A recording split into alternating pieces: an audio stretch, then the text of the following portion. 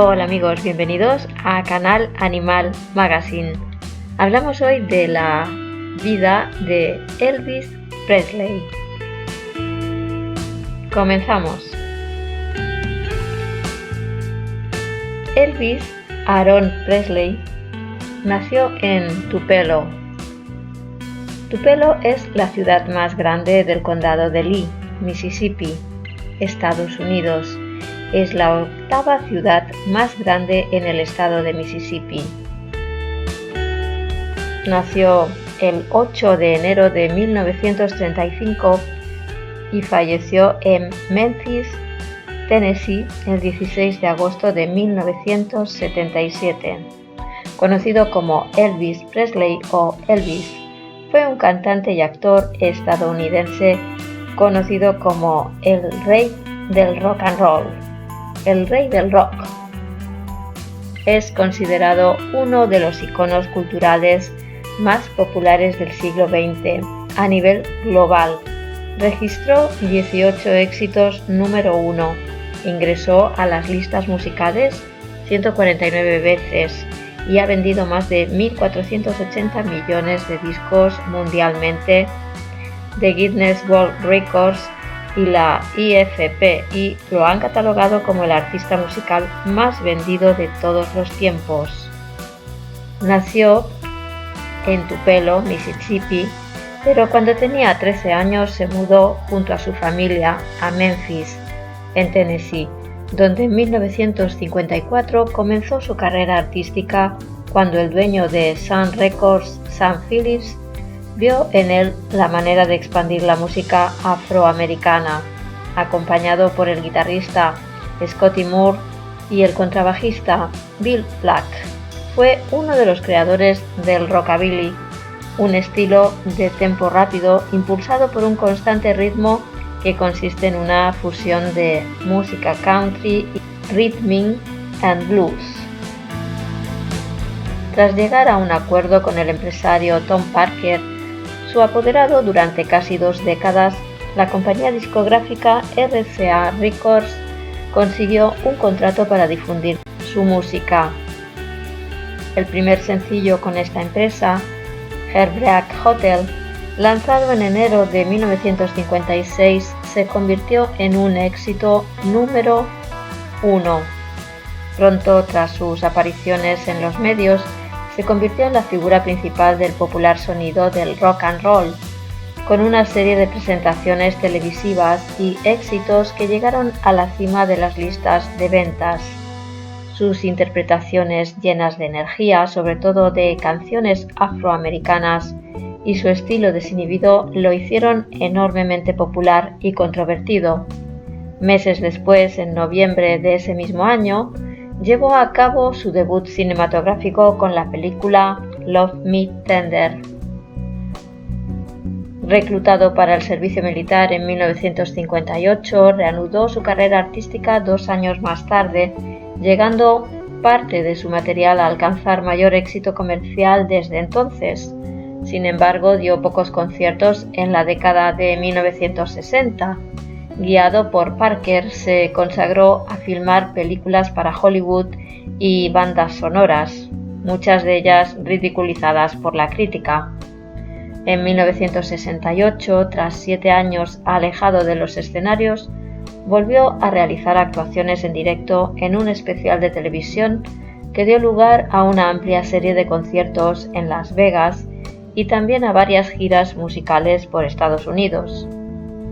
En 1973 protagonizó el primer concierto televisado de ámbito mundial vía satélite, Aloha from Hawaii, visto por casi 1.500 millones de personas. Finalmente, el consumo excesivo de medicamentos comprometió gravemente su salud, hasta que en 1977 murió súbitamente a la temprana edad de 42 años. Presley es considerado como una de las figuras más importantes de la cultura popular del siglo XX. American Idol se refirió a él como el más grande ídolo mundial. Tenía una voz versátil y un inusual éxito que muchos géneros, entre ellos el country, el pop, las baladas, el gospel y el blues, Además, es el solista con más ventas en la historia de la música popular. Nominado a 14 premios Grammy, ganó 3 y recibió 1 en la categoría a la carrera artística a la edad de 36 años, además de figurar en diversos salones de la fama musicales. Biografía y carrera. Primeros años 1935-1953. Infancia en Tupelo.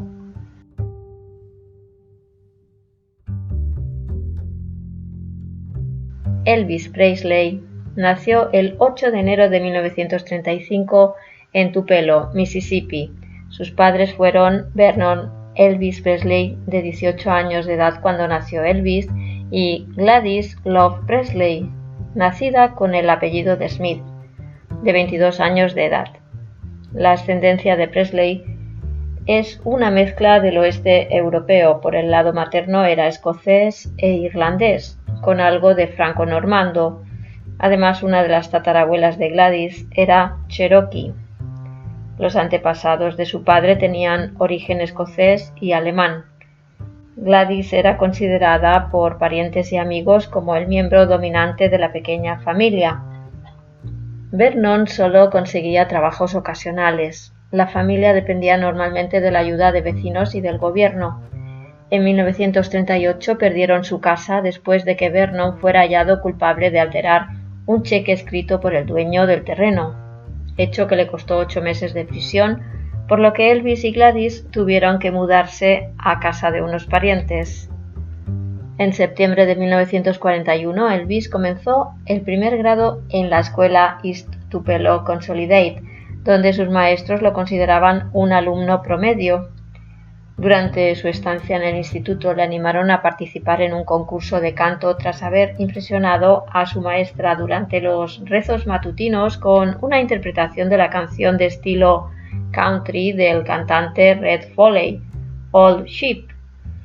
El concurso, llevado a cabo en el Mississippi, Alabama Fair and Daily Show el 3 de octubre de 1945, fue su primera presentación en público.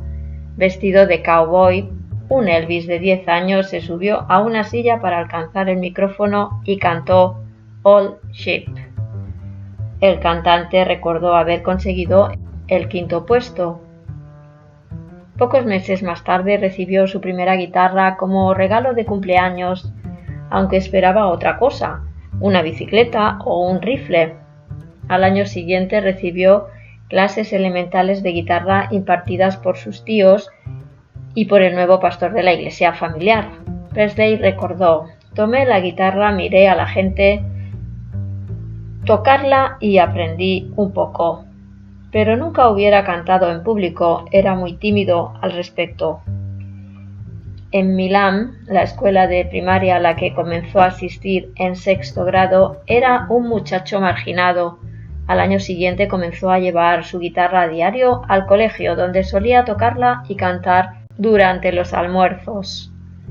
Si bien los chicos del instituto solían burlarse de él al considerarlo un niño del montón que tocaba música hillbilly, su familia vivía por aquel entonces en un barrio afroamericano. Como gran seguidor del espectáculo de Mississippi Slim en la estación radiofónica de Tupelo, Wello, Presley era descrito habitualmente como loco por la música por el hermano menor de Slim, compañero de Presley, quien solía llevarlo a la estación y quien le enseñaría algunos acordes y técnicas en la guitarra.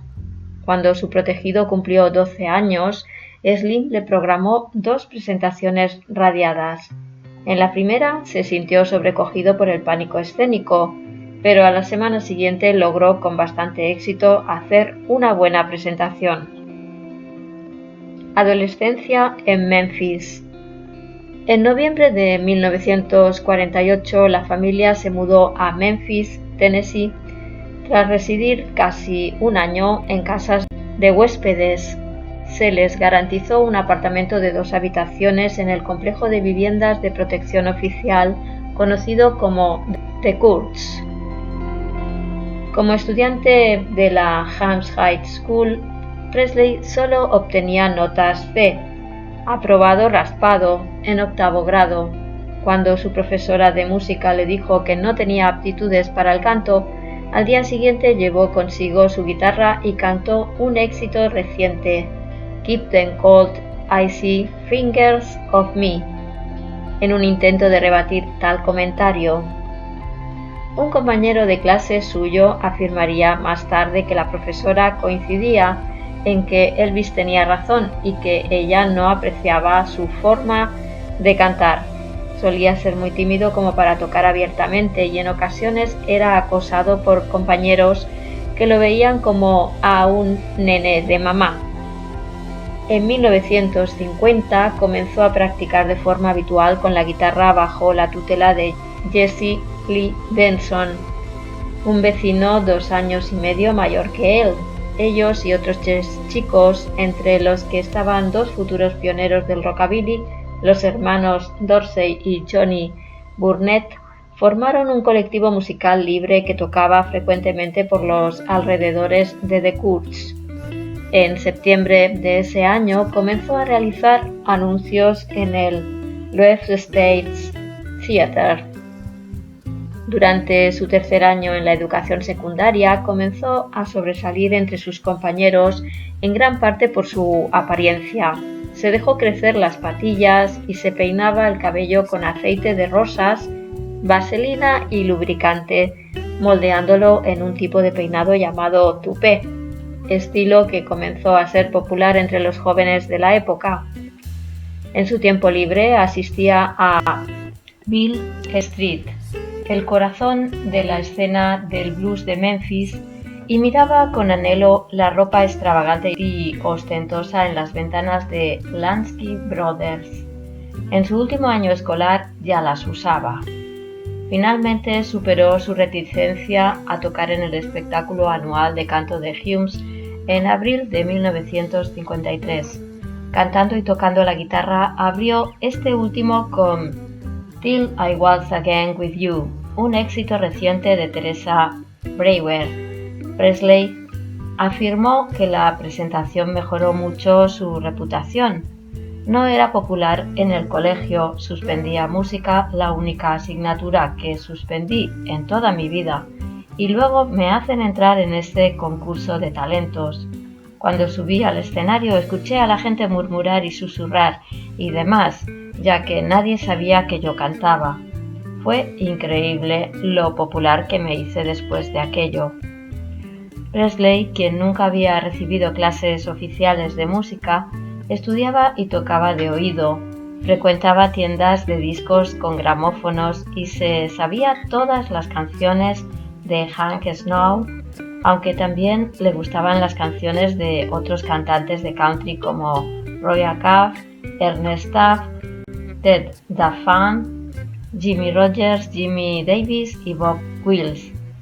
El cantante de gospel del sur de los Estados Unidos, Jake Hess, uno de sus intérpretes favoritos, fue una influencia significativa en su estilo de cantar baladas.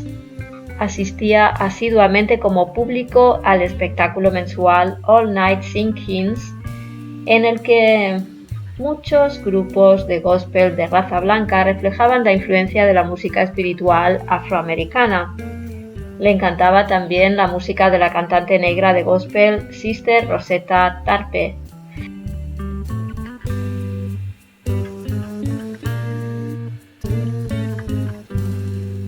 Como algunos de sus colegas, tuvo que frecuentar los lugares donde se tocaba blues solo en las noches designadas para un público exclusivamente blanco. Sin duda alguna, escuchaba las emisoras de radio regionales que transmitían discos de música afroamericana, espirituales, blues y el sonido moderno y recargado de rhythm and blues. Muchas de sus canciones se inspirarían en músicos afroamericanos locales como Arthur Cradup y Rufus Thomas. B.B. King recordó que había conocido a Presley antes de que se hiciera famoso, cuando acostumbraba a frecuentar Beale Street. Cuando se graduó de la secundaria en junio de 1953, Elvis ya había escogido la música como su futuro.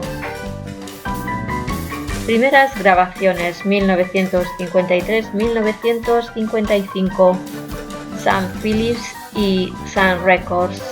En agosto de 1953 se registró por primera vez en las oficinas de Sun Records con la intención de pagar unos minutos para hacer uso del estudio y grabar un disco de acetato de doble cara, My Happiness y That When Your Heartaches Begin. Posteriormente afirmaría que el disco era un regalo para su madre o que simplemente estaba interesado en escuchar cómo sonaba su voz.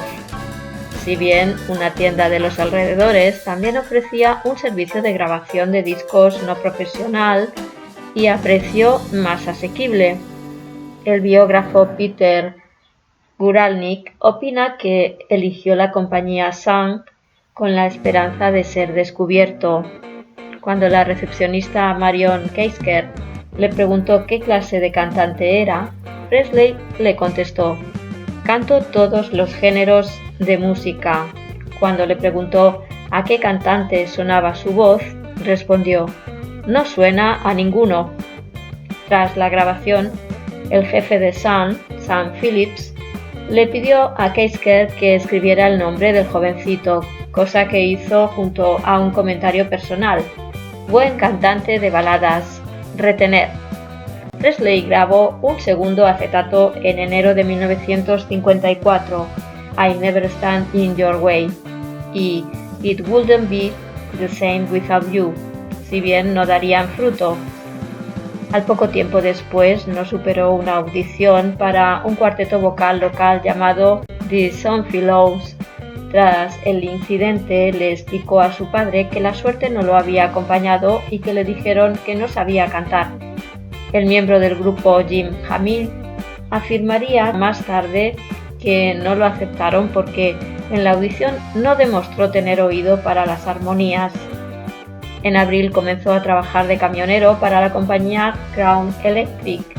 Su amigo Ronnie Smith, tras tocar en un par de conciertos con él, le sugirió que se pusiera en contacto con Eddie Bond, líder de la banda profesional en la que Smith tocaba, ya que estaban buscando un vocalista. Bond lo rechazó tras una prueba, aconsejándole que permaneciera trabajando de camionero, ya que tú nunca llegarás a tener éxito como cantante. Mientras tanto, Phillips trataba de buscar a alguien que pudiera rescatar el sonido de los músicos negros para hacerlo llegar a un público más amplio. Como Keisker comentó: «Recuerdo a Sam decir una y otra vez, si pudiera encontrar a un blanco que tuviera un sonido negro y un sentimiento negro, podría hacer $1.000 millones. En junio adquirió una demo de la balada Without You, que pensó que encajaría bien con el joven cantante. Presley pasó por el estudio, pero no estuvo a la altura que se esperaba de él.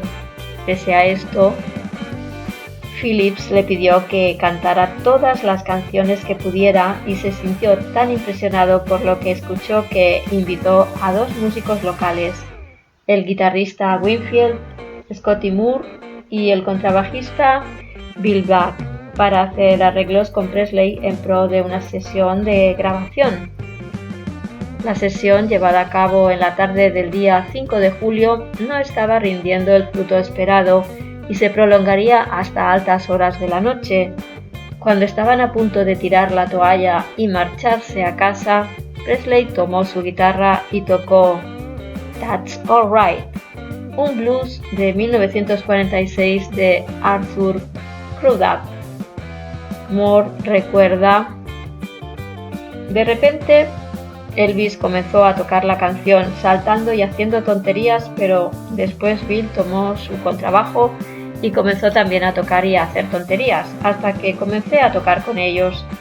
Creo que Sam tenía la puerta de la cabina de control abierta, asomó su cabeza y dijo: «¿Qué estáis haciendo?», y le contestamos: «No tenemos ni idea». «Bueno, volved al principio», dijo.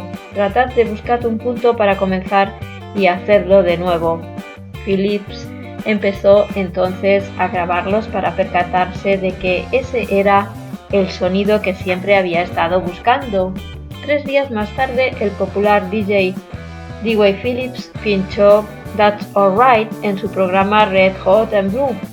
Los oyentes comenzaron a llamar a la emisora para preguntar por el cantante. El interés fue tal que Phillips puso reiteradamente el tema durante las 2 últimas horas de su programa. En una entrevista emitida en el aire, Phillips le preguntó a qué escuela de educación secundaria había asistido a fin de definir su color de piel, ya que muchos oyentes asumían que era negro. Durante los próximos días, el trío grabó una canción de bluegrass, el tema de Bill Moore, Blue Moon of Kentucky, otra vez con un estilo distintivo y un improvisado efecto de eco que Sam Phillips había logrado al hacer los arreglos. Se lanzó un sencillo con That's Alright como lado A y Blue Moon of Kentucky en el reverso. Primeras presentaciones en directo y contrato con RCA. El trío tocó en público por primera vez el 17 de julio de 1954 en el Bon Air Club, en el que Presley todavía usaría su guitarra hecha para niños. Hacia fin de mes aparecieron en el Overton Park Shell como teloneros de Slim Whitman. Como resultado de su fuerte sensibilidad al ritmo combinada con su nerviosismo al tocar frente a tal cantidad de público, Presley comenzó a sacudir sus piernas mientras cantaba. Sus pantalones de corte ancho pronunciaban sus movimientos, provocando que las mujeres jóvenes del público comenzaran a gritar. Moore recuerda: durante las partes instrumentales se apartaba el micrófono para mover su cuerpo mientras tocaba la guitarra y el público literalmente enloquecía. Black, un showman innato, tomó total control de su bajo, azotándolo con dobles licks de tal modo que a Presley le sonaba como a un sonido realmente salvaje, como un tambor en la selva o algo así. Al poco tiempo después, Moore y Black abandonaron su vieja banda para tocar con regularidad con Presley y el DJ Bob Neal se convirtió en su manager. Desde agosto a octubre, tocaron a menudo en el Eagle's Nest Club, por lo que comenzó a tener más confianza en sí mismo encima del escenario. Según Moore, sus movimientos eran una cosa natural, pero a su vez era realmente consciente de lo que provocaba esa reacción. Haría algo una vez y luego lo expandiría realmente rápido. Presley realizó la que sería su única presentación en el Grand Ole Opry de Nashville el 2 de octubre. Tras una respuesta de cortesía, el público, el manager de Opry, Jim Denny, comentó a Phillips que su cantante no es malo, pero que no encajaba en el programa. 2 semanas más tarde, lo contrataron en High Ride, rival del Opry, el programa emitido desde en el Louisiana Riverport. Se retransmitió a 198 emisoras en 28 estados.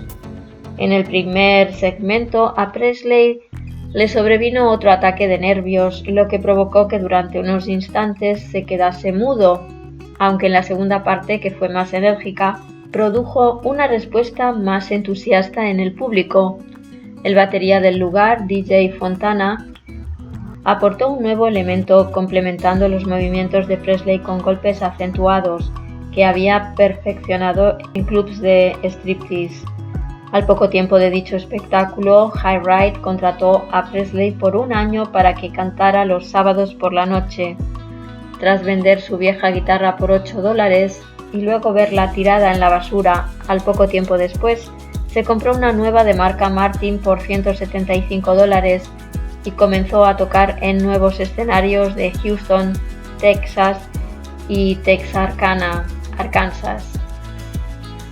Hacia principios de 1955, las presentaciones regulares de Presley en High Ride, las constantes giras y la buena recepción de sus publicaciones lo convirtió en una estrella regional, desde Tennessee hasta el oeste de Texas. En enero, Neal firmó un contrato de gestión con él y le presentó al coronel Tom Parker, a quien consideraba el mejor promotor en el negocio de la música. Parker, nacido en Países Bajos, aunque afirmaba proceder del oeste de Virginia, había conseguido una comisión de Jim Davis, antiguo cantante de música de country, que era gobernador de Luisiana. Tras haber sido con éxito el manager de la estrella country Eddie Arnold, estaba en aquel entonces trabajando con el nuevo cantante número 1, Hank Snow. Parker colocó como telonero a Presley en su gira de febrero. Cuando llegaron a Odessa, Texas, un Roy Orbison de 19 años vio a Presley por primera vez. Su energía era increíble, su instinto simplemente asombroso. Simplemente no sabía qué hacer, no había punto de referencia en la cultura para compararlo. Presley hizo su debut televisivo el 3 de marzo en la transmisión de Slat TV de Louisiana Hatright. Poco después no superó una audición para los Arthur Godfrey Talent Coach en la cadena televisiva CBS hacia agosto. Sun había lanzado 10 temas acreditados a Elvis, Scott y Bill. En las últimas, el batería se sumó al trío. Algunas de las canciones, como That's Alright, se incluían dentro de lo que un periodista de Memphis describió diciendo que se expresa en el lenguaje R&B utilizado en el campo del jazz negro. Otras, como Blue Moon of Kentucky, estaban más bien en el campo de la música country, pero había una curiosa cohesión de los dos géneros en ambas. Esta fusión de estilos dificultó que la música de Presley se tocara en las emisoras de radio. Según Neil, muchos disc jockeys se negaban a hacerlo porque sonaba muy similar a un artista negro, y las emisoras de R&B, debido a que sonaba mucho como un intérprete musical hillbilly. Esta fusión se empezó a conocer como rockabilly. Por ese entonces, Presley era conocido como el rey del bop del oeste, el gato hillbilly y el relámpago de Memphis. Presley renovó el contrato de gestión con Neil en agosto de 1955 y simultáneamente nombró a Parker su asesor especial. El grupo mantuvo un intenso programa de giras en la segunda mitad del año. Neil recuerda: era casi aterradora la reacción que despertaba Elvis en los varones adolescentes. Muchos de ellos estaban celosos de él y casi lo odiaban. Hubo ocasiones en algunos pueblos de Texas en las que teníamos que contratar a un guardaespaldas porque siempre había alguien que intentaba pegarle. Se juntaban varios y trataban de rodearlo o algo por el estilo. El trío pasó a ser cuarteto cuando el batería de Hard Right, Fontana, se sumó como miembro de pleno derecho. A mediados de octubre dieron unos pocos conciertos como teloneros de Bill Haley, cuya canción Rock Around the Clock había sido un número 1 el año anterior. Haley observó que Presley tenía un instinto natural con respecto al ritmo y le aconsejó cantar menos baladas. En la convención de disc jockeys de música country de principios de noviembre se votó a Presley como el artista masculino más prometedor. En ese momento fueron muchas las compañías discográficas que mostraron interés por contratarlo. Después de que 3 discográficas importantes le hubieran hecho oferta de hasta $25,000, Parker y Phillips optaron por firmar un acuerdo con RCA Victor el 21 de noviembre para adquirir el contrato de Presley con Sun por una cantidad sin precedentes de $40,000. Presley, que tenía 20 años, aún era menor de edad, por lo que fue su padre quien firmó el contrato. Parker acordó con los dueños de Hill y Range Publishing, Gene y Julian Averbach, crear 2 entidades, Elvis Presley Music y Gladys Music, para recopilar todo el nuevo material grabado por el cantante.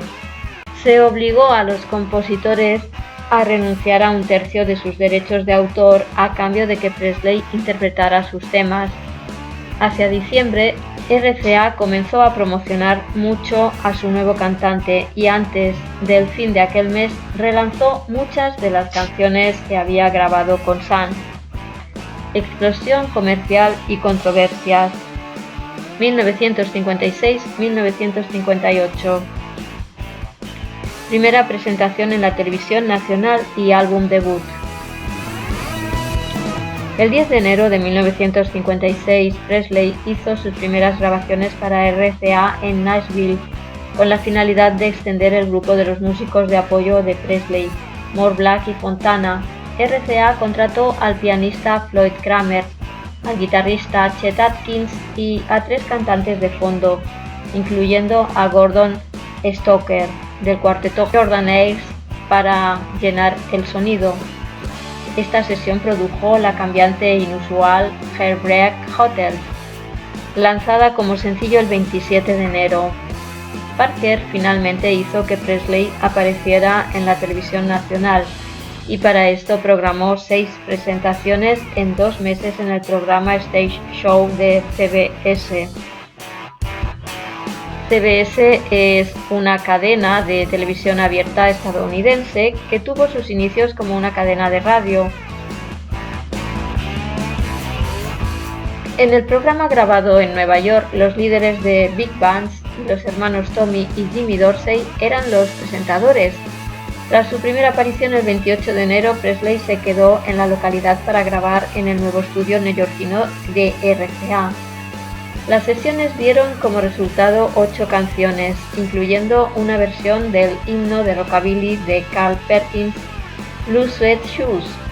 En febrero, el tema de Presley, I Forgot to Remember to Forget, una grabación de Sun lanzada en agosto del año anterior, llegó a los primeros puestos de la lista de música country de Billboard.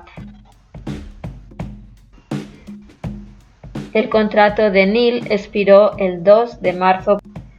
Parker se convirtió en el manager del cantante. RCA Victor lanzó su álbum Elvis Presley el 23 de marzo. Compuesto por 5 canciones no lanzadas previamente en su paso por Sun, sus otros 7 temas eran de gran variedad. Había entre ellas 2 temas de country y una alegre canción pop. Las otras definirían centralmente el sonido emergente del rock and roll. Blue Suede Shoes, un progreso con respecto a la de Perkins en casi todos los aspectos, según el crítico Robert Hilburn, y 3 números de R y B que fueron temas de repertorio en directo de Presley durante cierto tiempo, versiones de canciones de Little Richard, Ray Charles y de Drifters. Como Hilburn describe, estas eran las más reveladoras de todas, a diferencia de muchos artistas blancos que resbalaron en los arenosos bordes de las versiones originales de R y B de las canciones de la década de 1950. Presley les dio otra forma. No solo aportó a las melodías su propia personalidad en lo vocal, sino que hizo que la guitarra y no el piano fuera el instrumento principal en los 3 casos. Se convirtió el primer álbum de rock and roll en alcanzar la cima de la lista de Billboard, posición en la que permaneció 10 semanas. Aunque Presley no fue un instrumentalista innovador como Moore o los intérpretes afroamericanos contemporáneos Bo Diddley y Chuck Berry, el historiador cultural Gilbert B. Rothman argumenta que la portada del álbum de Elvis, pasando un buen momento en el escenario con una guitarra en sus manos, tuvo un papel crucial en transformar la guitarra en el instrumento que capturaba mejor el estilo y espíritu de esta nueva música. Milton Berle Show y Hound Dog. Presley hizo la primera de 2 presentaciones en el Milton Berle Show de la NBC el 3 de abril de 1956. Su interpretación en la cubierta del USS Hancock en San Diego recibió aplausos de un público compuesto por la tripulación y los pasajeros. Días más tarde, un vuelo que llevaría a Presley y su banda a Nashville para una sesión de grabación los dejó sumamente impresionados, ya que un motor tuvo un accidente y el avión casi cae sobre Arkansas. 12 semanas después de su lanzamiento original, Heartbreak Hotel se convirtió en el primer éxito pop número 1 de Presley. A fines de abril comenzó un ciclo de presentaciones de 2 semanas en el New Frontier Hotel y Casino de Las Vegas Strip. Los espectáculos tuvieron una escasa recepción por parte de los huéspedes conservadores y de mediana edad, y un crítico de Newsweek lo describió como una jarra de licor de maíz en una fiesta de champaña. Durante este ciclo, Presley, que tenía serias ambiciones actorales, firmó un contrato de 7 años con Paramount Pictures. Comenzó una gira por el Medio Oeste a mediados de mayo y visitó 15 ciudades. Había asistido a numerosos conciertos de Freddie Bell and the Bellboys en Las Vegas y su versión de Hound Dog, un éxito de 1952 de la cantante de blues Big Mama Thornton. Lo impresionó tanto que la canción fue utilizada para el cierre de sus presentaciones. Tras un concierto en La Crosse, Wisconsin, se publicó un mensaje urgente en el diario de la diócesis católica local, dirigido al director del FBI, J. Edgar Hoover, que advertía que Presley es definitivamente un peligro para la seguridad de los Estados Unidos. Sus acciones y movimientos buscan avivar las pasiones sexuales de los adolescentes. Tras el concierto, más de 1000 adolescentes trataron de entrar en su camerino. Indicaciones del daño que Presley hizo en La Crosse son las 2 niñas de secundaria en cuyo abdomen y muslos estaba su autógrafo. Su segunda presentación en el Milton Berle Show fue el 5 de junio en el estudio de Hollywood de la NBC. Durante otra ajetreada gira, Berle lo persuadió para que dejase su guitarra entre bastidores y además le dijo: «Deja que te vean, hijo».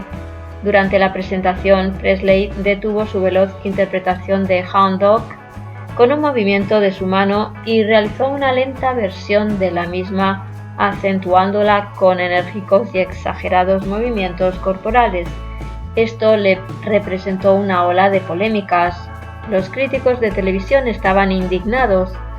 Jack Gold de The New York Times comentó: «El señor Presley no posee una habilidad discernible para el canto.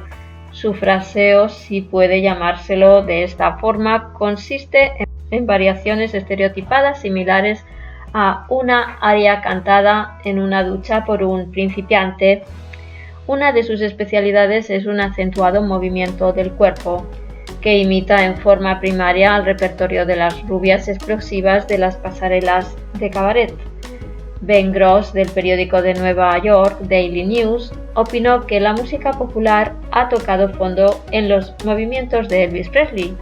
Elvis, quien mueve su pelvis, llevó a cabo una exhibición sugestiva y vulgar, teñida de los niveles de salvajismo que debería ser exclusivo de los prostíbulos. Ed Sullivan, cuyo espectáculo de variedades era el más popular a nivel nacional, lo juzgó incongruente con el público familiar. Para su pesar, pronto pasaron a llamarlo Elvis la pelvis, lo que consideró una de las expresiones más infantiles que escuché nunca, viniendo de un adulto. Steve Allen Show y primera presentación con Sullivan. Los programas tenían tantos espectadores que aún así Presley consiguió una presentación programada para el 1 de julio en el Steve Allen Show de NBC en Nueva York. Allen, que no era seguidor del rock and roll, presentó a un nuevo Elvis, vestido con moño negro y levita. Presley cantó Hound Dog en menos de un minuto, usando un sombrero alto. Como describió el historiador televisivo Jake Austen, Allen pensaba que Elvis carecía de talento y era absurdo. Arregló todo para que mostrara su contrición. Allen, por su parte, comentó más tarde que halló a Presley extraño, desgarbado, con ese carisma provinciano, esa belleza difícil de definir y su encantadora y seductora extravagancia, y simplemente mostró al cantante la fábrica de comedia habitual de su programa. Presley se refería luego a la interpretación que realizó allí como la más ridícula de su carrera. Más tarde esa noche apareció también en High Gardner Calling, otro programa popular. Cuando la prensa le preguntó si había aprendido algo de las críticas recibidas, Presley respondió: no lo he hecho, no siento que esté haciendo nada malo. No veo cómo cualquier tipo de música tendría una mala influencia en la gente cuando se trata solo de música. Quiero decir, ¿cómo puede la música rock and roll hacer que alguien se rebele contra sus padres? Al día siguiente, Presley grabó Hound Dog junto con Anyway You Want Me y Don't Be Cruel. The Jordanaires grabaron las armonías vocales como lo habían hecho en The Steve Allen Show. Además, el grupo trabajaría junto a Presley en la década de 1960. Unos pocos días más tarde, el cantante realizó un concierto al aire libre en Memphis, sobre el que anunció: ¿sabes? Toda esa gente de Nueva York no va a cambiarme nada. Les mostraré cómo es el verdadero Elvis esta noche. En agosto, un juez de Jacksonville, Florida, ordenó a Presley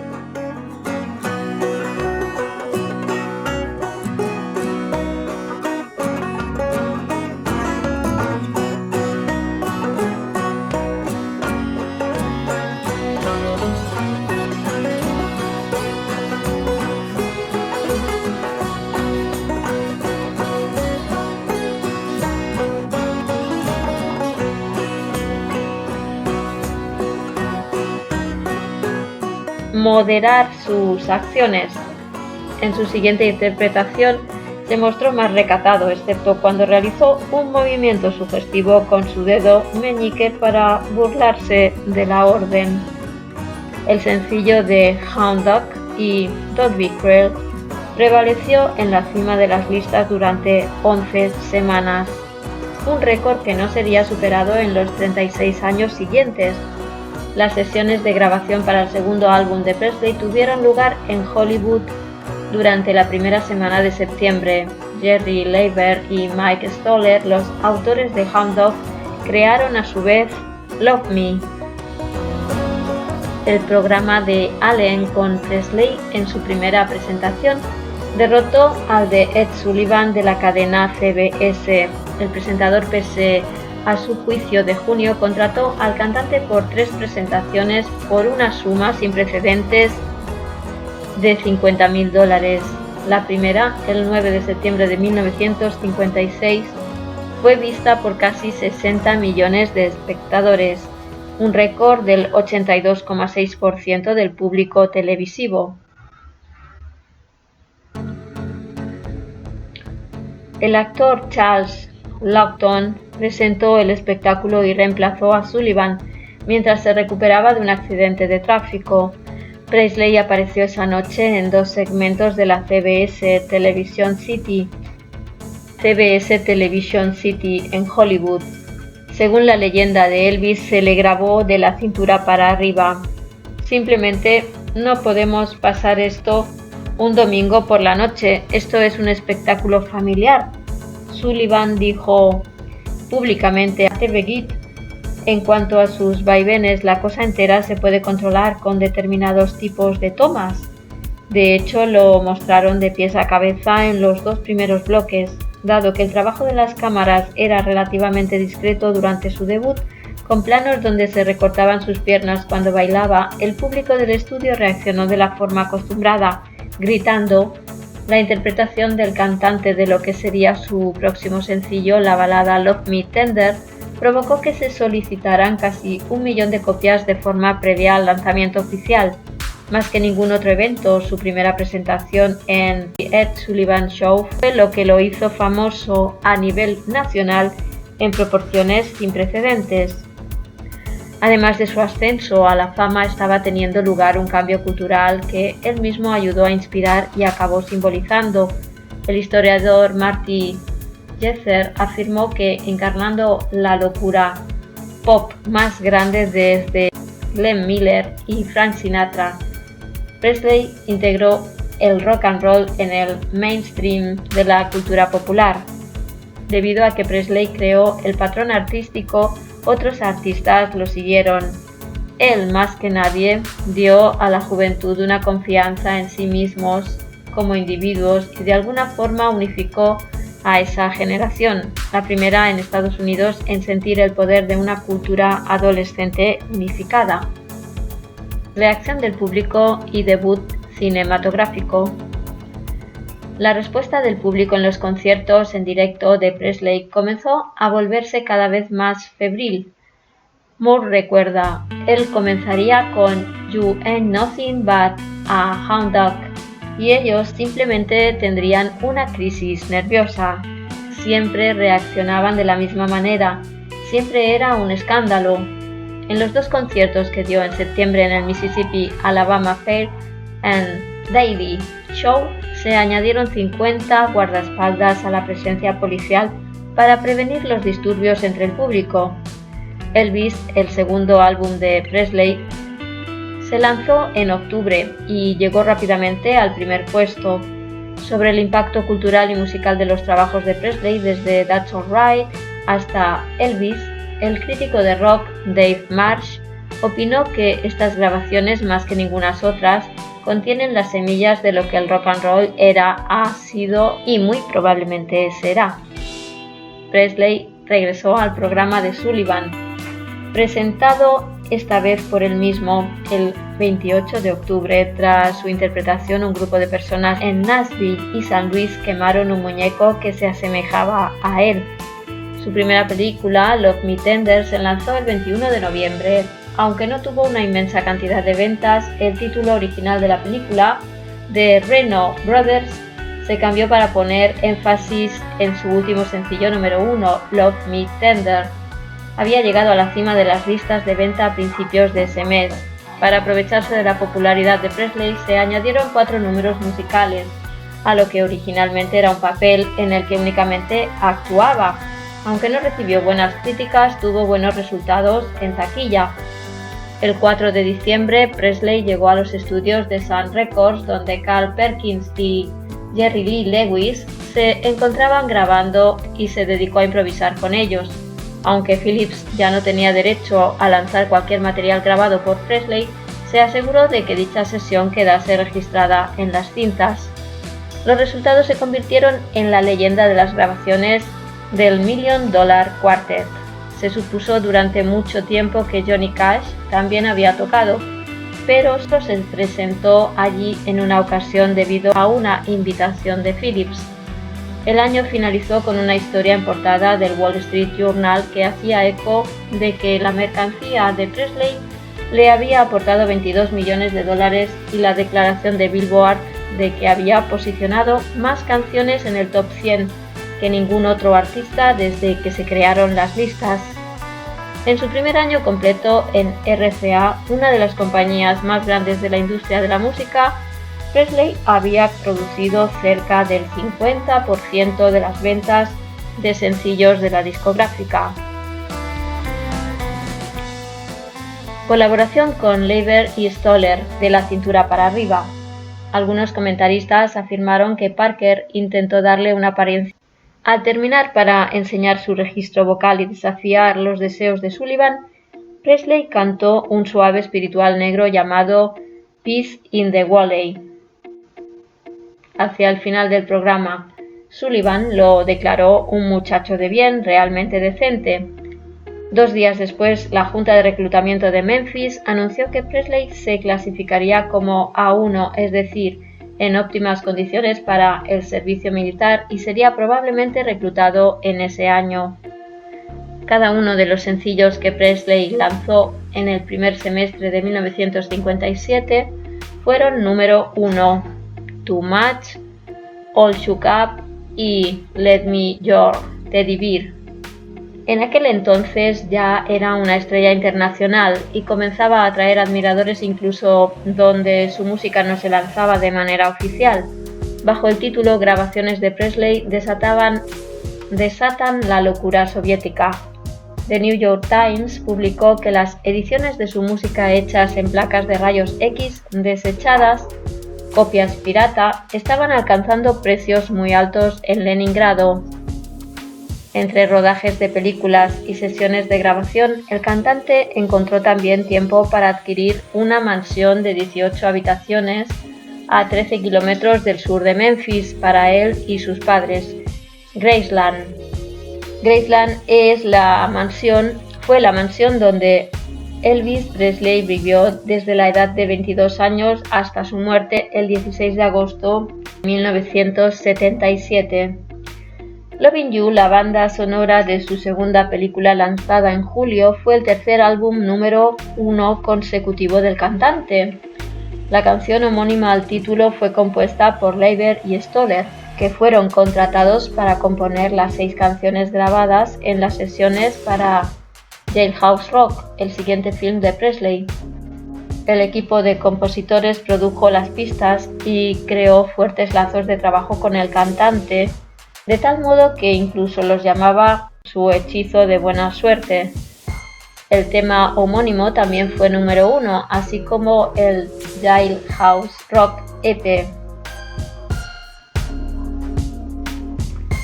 Presley se embarcó en 3 breves giras durante el año y continuó generando una respuesta alocada del público.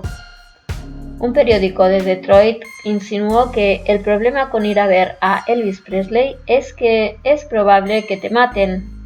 Un grupo de estudiantes de Villanova le arrojaron huevos en Filadelfia y en Vancouver, llegando a la multitud a causar tal disturbio que acabaron destruyendo el escenario. Frank Sinatra, famoso por inspirar el desvanecimiento de los adolescentes en la década de 1940, condenó este nuevo fenómeno musical. En un artículo de una revista describió el rock and roll como brutal, feo, degenerado, lleno de vicios. Aloja casi todas las reacciones negativas y destructivas en los jóvenes. Es cantado, tocado y escrito mayoritariamente por gansos cretinos. Deploro este afrodisíaco de olor a podrido.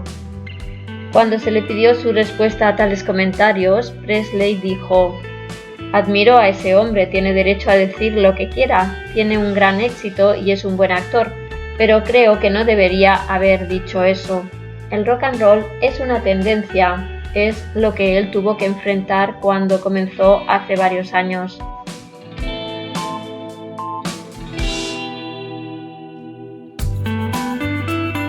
Bien amigos, hasta aquí la primera parte de la biografía de Elvis.